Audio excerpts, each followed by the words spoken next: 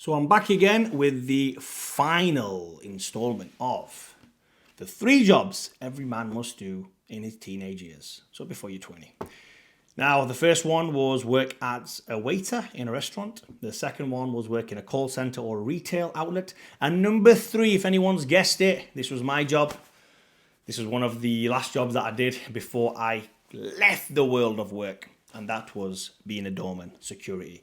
I used to work on the doors, the nightclubs in town, in Sheffield, town centre. If anyone's ever been there, you must have seen me on the doors. A very long time ago now. I think, when was the last time I worked the doors? Oh God, it's been a long time. I'd say over 10 years ago. In fact, maybe 12, 13 years ago.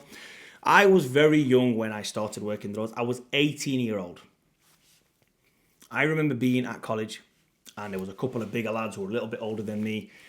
And I was just chatting to one of the guys in the gym. We used to have a gym in the college, in the Norton College in Sheffield, if you're familiar with that. There used to be a gym at the back. And I was in the gym one day and we were training. And there was a big guy. He was a big old unit. He was a big lad. And I said to him, "What do you do? What do you do for work?" And he says, "Oh, I work as a doorman at the Gatecrasher nightclub in Sheffield." And I was like, "Wow, it's amazing. I've never even been to a nightclub. But where is this nightclub?" He was like, "Yeah, it's in town." I was like, "Okay, great.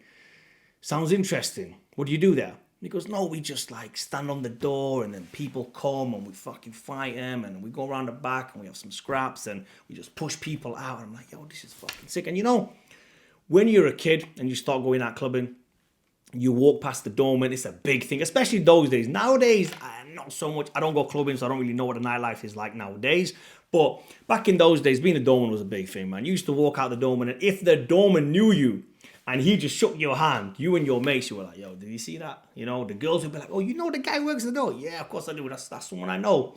It was a big thing back in the days to know the doorman. You know what I'm talking about, bro. If you're one of those guys, I'm talking like early 2000s when I started going out, 2002, no, was it 2004, 2005, fucking hell, it's almost 20 years ago now, bro, yeah. Yeah, I'm showing my age. That was a big thing. You had some status being a doorman back in the days. And obviously the women came with it as well, because you were a guy who could get them into the club. So it was always handy for them to be on your friendly side. And this wasn't the day and age of social media or anything like that. Anyway, I was 18-year-old and this chap said to me, "Look, why don't you come and work? We need someone tonight." I was like, "Okay, this sounds interesting. I'll go check it out." So I remember this. And I went there. I was just in my normal clothes, by the way, my normal clothes. Friday night, turn up, come at 11 o'clock. I'm like, 11 o'clock, 11 p.m. in the night. I'm going to meet this guy. Yeah, okay, come to the nightclub. All right, okay, cool. I turned up. I had a tight t-shirt on. I had some good arms, bro. I had like 17-inch arms at 18 years old. I remember measuring them every single day. So if you're asking me, how did I know I had 17-inch arms? Because I measured them daily, sometimes 3 times a day. Anyway, I turned up with my 17-inch arms at 18 years old. Got to the door. I seen my mate from college. I was like, "Yo, what's going on, G?" It's like, "Yeah."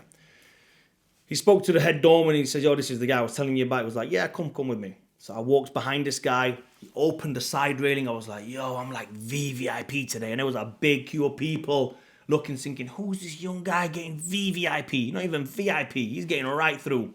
And I followed him and he was the head doorman. And I was walking behind him and everybody was looking, "Yo, who's this guy?" It's a weird feeling, I'm telling you. At 18-year-old, when you go into a nightclub and you're walking behind the head doorman into the office. And I remember sitting down and he said, "Have you ever done this work before?" And I says, "No. This is the first job technically I'm having that's kind of, like this." And he says, "Can you fight?" And I said, "Yeah, I can fight about a few fights, but, never like this." And he says, "Right.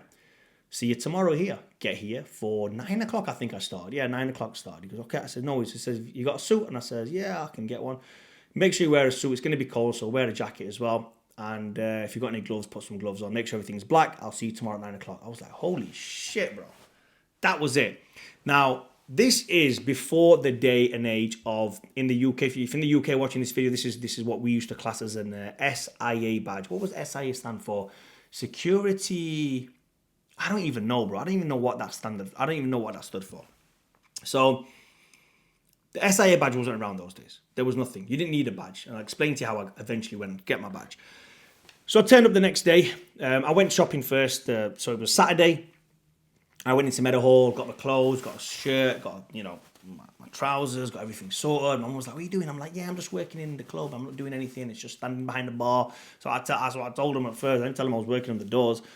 So anyway, I got there, turned up, and they were just a big lads, just a big group of lads. There was like, I think at the time working at Gatecrash, I think there was 10 doormen or something. There was 10 of us, something like that, yeah. Somebody gave me one of those radio things for the ears, and you need to buy this as well, but we're lending you one today. This is the radio, you keep it on your hip, clip that in, okay. Showed me around the rooms. This is room 1, this is called the red room, this is called electric box, this is called main hall, this is called stairway, this is called whatever.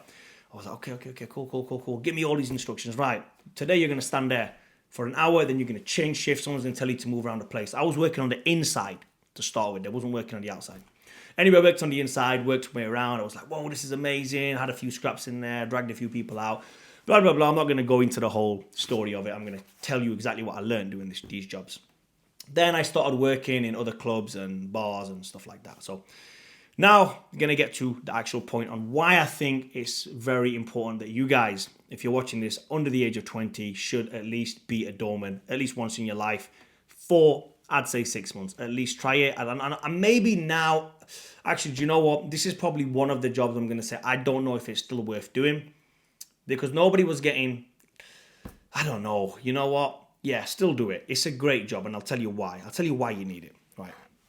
So, when you work the doors as a young guy, especially if you're in your teenage years, I was 18, 19, and 20 at the time. So when I first started, I was 18. You get picked on a lot. Now, I've come from an environment where everybody is the same age as me. Everyone is 18. When you're 16, everyone's 16. When you're 17, everyone's 17. When you go to college, you start to see a little bit of the older crowd. But no one really hangs around with you. There's not going to be a 20-year-old hanging around with a 18-year-old. They just don't happen in college that often. Not where we went to college anyway. So when you're standing on the door, this guy's 35, this guy's 42, this guy's 56, this guy, you think, fucking hell, these are real men. This is what men, like, do. This is what men are. This is a job that men do, and I'm working with fucking guys. So you stand there, you work there, and then they say, where'd you get those shoes from? I got them from here. Did your mum pick them out for you? I think, oh, fucking hell, this is not a nice thing to say. Yeah, she did. Mama's boy. Whatever it was. I'm just giving you an example. Those shoes are, those pants are too tight. You know? The jacket's too long. It's hanging off you. Have you got any muscle under there? And you used to stand there and get absolutely ripped for 20 minutes before the shift started. And you stand there and you're laughing and everybody's laughing and you think, you know what, fuck this guy. I'm going to give him some back. And when you say something back, everybody laughs. Because remember, these are just lads having banter. That's what it was. They're not here to pick on you. They're there to toughen you up. So when you say something back to the guy who's picking on you, you get a lot of respect from everybody else saying, you know what, Faddy, that was good that you didn't bitch out. You told him straight. And you think, fuck, this is a good fucking feeling. That I am getting praise off guys that I've never met in my life before. Like, they're a lot older than me. Some of them were 50. Literally, I think one of the eldest guys that I worked with at the time was 56. And I remember that. Oh, God, how much old would he be? He'd be like 70-odd now. God knows where he is. But he was 56 at the time. And these were men. This is when men were men, bro. This is when, like, before the SIA came in, all these guys had criminal records. After the SIA came in, more than half of them couldn't get the badge. Because the thing with the new badge system was, when you got a new badge, you had to have a criminal record check. And if you had a criminal record, you were not allowed to get a badge. So all the old school doormen had just left at that point.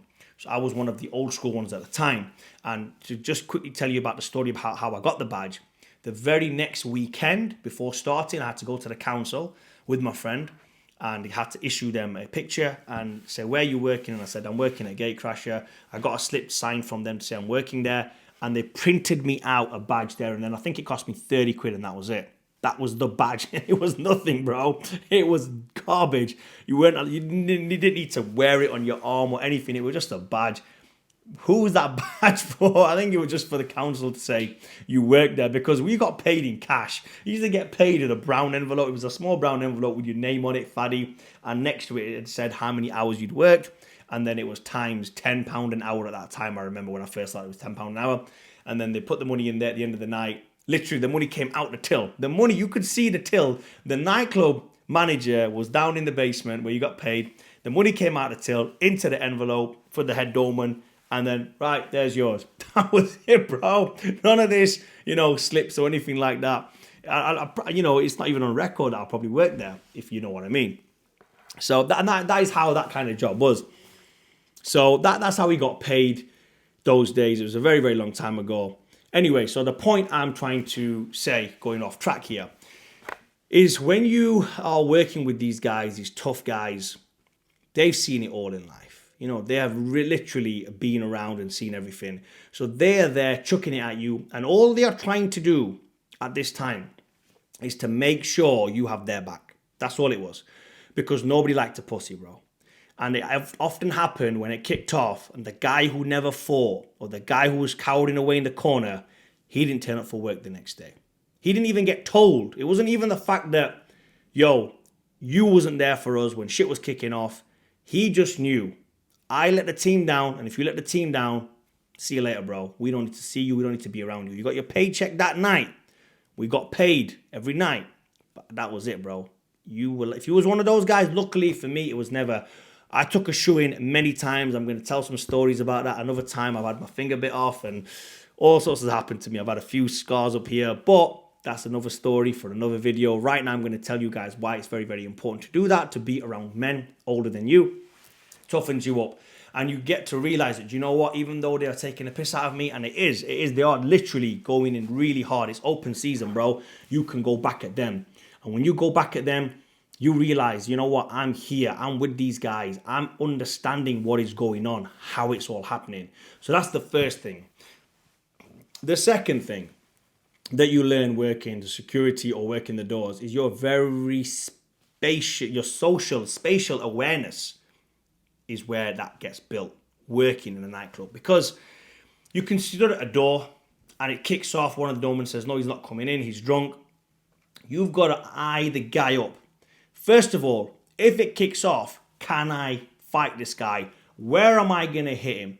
I'm not promoting fighting, by the way. I'm just saying back in those days, it was a little bit different. You had to kind of hit the guy first if it kicked off. You knew where everything was. Is there a guy stood here? Is there a guy stood there? Is his girlfriend there? Is anything happening? What threat they are? So it teaches you to assess the threats. Very, very important in life to assess the threats. You could be walking down the street with your girlfriend. She accidentally knocked somebody. The guy's walked off and you've not thought anything of it. And you're just walking jollily thinking nothing of it. And the guy comes and blindsides you from behind. You see, you're not aware that those threats are coming. If that ever happens to me, I will turn around. I will keep watching this guy until he turns the corner. And then as I've gone my way, I'm still socially aware, spatially aware. Is this guy coming back? Because people are really that bitter. That is what happens. I've seen it happen many times. When you stand in a nightclub and you work on the inside or the outside, and you see two guys arguing down there, and you're looking and you're seeing who pushes who gets a bottle from the bar, who's calling his mates over before he starts the ruckus. There was no mobile phones those days. There was no mobile phones. In fact, there was mobile phones, but it wasn't like I'm in a nightclub and I'm going to start making a call. I'm going to WhatsApp anybody. There was none of that shit. You know, it was like one of those Nokia things which you had to text, and nobody looked at their phone, because in a nightclub, nobody looked at their phone. It just didn't happen back in those days. It just didn't happen. So you need to be aware. And when you've seen fights kick off, you think, oh, that's how a fight started. Who was the cause of that fight? If his girlfriend wasn't there, those two didn't need to fight. And you look over here and you see two guys scrapping again. Maybe, do you know what? That guy, his mate, was too drunk. If he wasn't out with his pissed up friend, maybe that fight wouldn't have happened. And you watch this over and over and over again, hundreds of times in a week. Literally hundreds of times a week. Maybe 7-8 times a night it can kick off in one place. Then you go, you work somewhere else. So, you know, at least 50-60 times a week. Sorry, maybe not 100, but maybe 50 times a week you'd see it. And then you might be involved in some of these altercations maybe 10 times a week. 5 times a night minimum, depending on where you were working. And I worked in some really, really shady spots.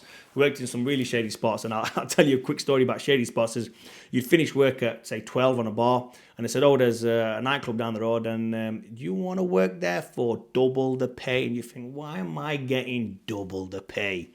Obviously, it's double, triple the danger. So not everybody wants to work those nights, so that's what it was. But anyway, so it's good for you to be aware of when and how it's going to kick off. You have to be spatially aware of what's going on. You have to be on it.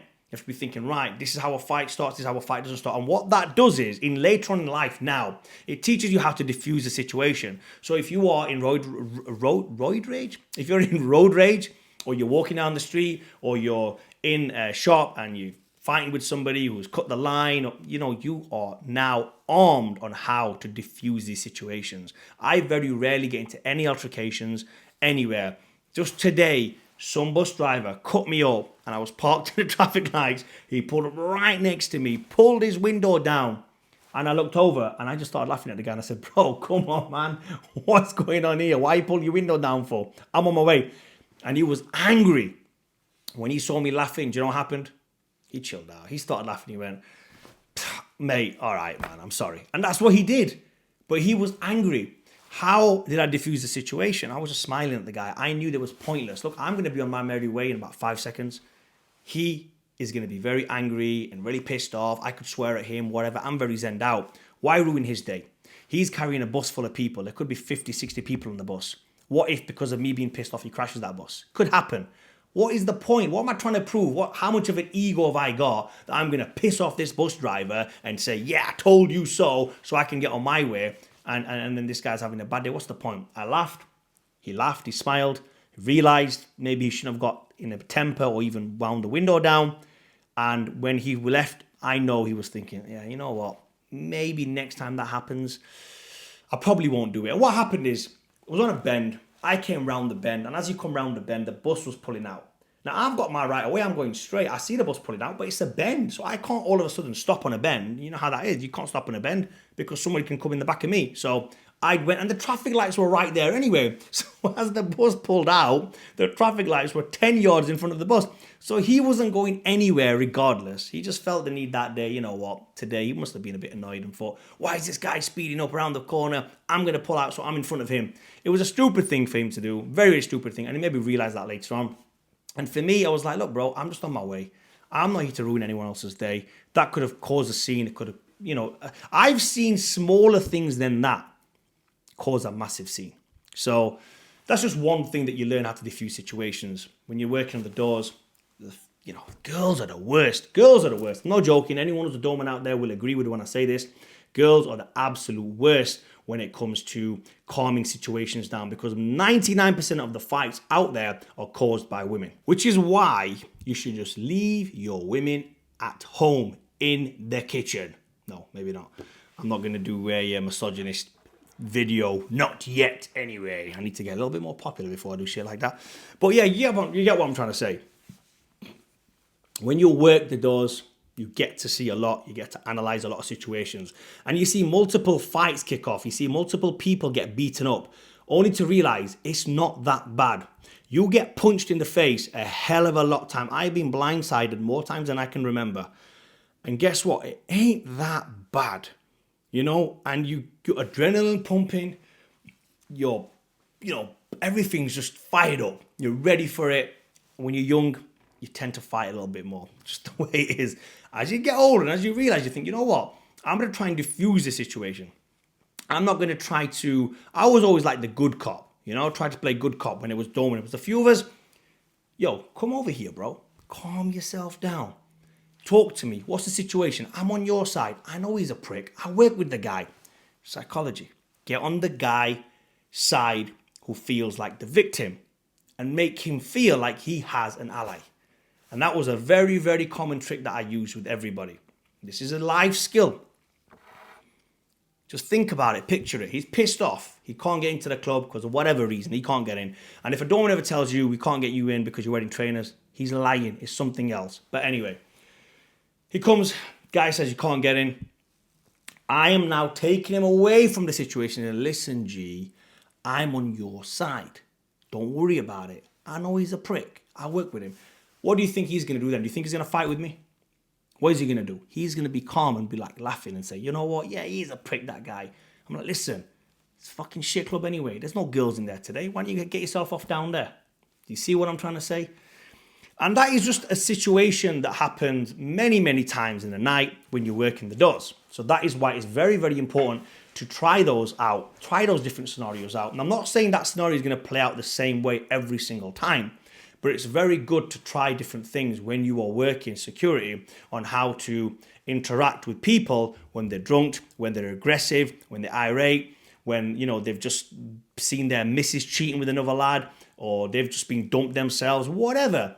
The emotions are very high on a night out from everyone. And you know how it is. People are very volatile, people are rude, people are drunk, people are disrespectful, people are going to call you names. The amount of times I've been called the P word is countless, you know, and it really conditions you.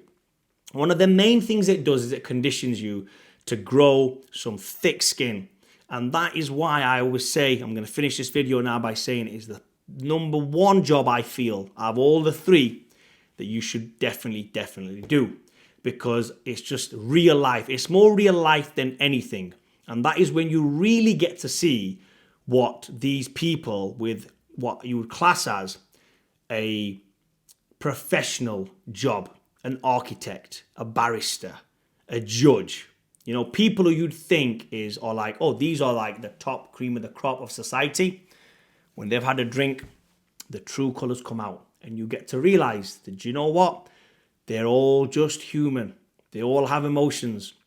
And you need to learn how to control yourself and manipulate the situation to your advantage when other people have these uncontrollable emotional outbursts. You can always use that to your advantage, whether it's in a business deal, whether it's a marriage proposal, whether you're meeting the parents, whatever situation is on. It's a very valuable thing to learn. And if you're a man, when you work the doors, just the camaraderie you feel when you're working with guys and you're scrapping with guys, and you know that if anything happens, these guys have got my back. I just don't think right now, especially right now, in any other job, you're going to get all those things in one and get paid for it at the end. That's the beauty of it. The beauty of it is you still get paid. Now, I will go as far as to say, if you are a millionaire and money isn't an issue to you, do these jobs. Still do these jobs. 1 month at a time. Try them out. See how much you can grow. Because I have seen people who are geeks, millionaire geeks, and I would say to them, if they were to just work undercover, not undercover, but you know what I mean, not work as like a millionaire, and just turn up, apply for a normal job, see the group dynamics, see what humans are actually like, that will help you in life massively. How to communicate with people is a big skill. One of the biggest skills in life is how to communicate with people, how to give opinions on certain things, how to tell stories about certain things. And, you know, we're all learning in this. There's probably other jobs as well, I'm sure you guys have done, that you feel are very important to go from a teenager to a man. I'd like to hear your opinions. I really would like to hear your opinions. Comment down below. As you can see, I not only try, I make it a point to return a reply to every single comment that you guys are making. And hopefully I'm slowly starting to build a little bit of momentum now on YouTube. It's going good, and thank you very much for supporting. Every time you guys like the video or just comment down below, it really helps me out, pushes the content even more. And when I see the content pushing even more, that tells me I'm doing something right, and that means get the camera out, make more and more content. So it's a good circle. You guys support everything I do, I put out more content, and everyone's happy. So please comment down below, subscribe, and like the video.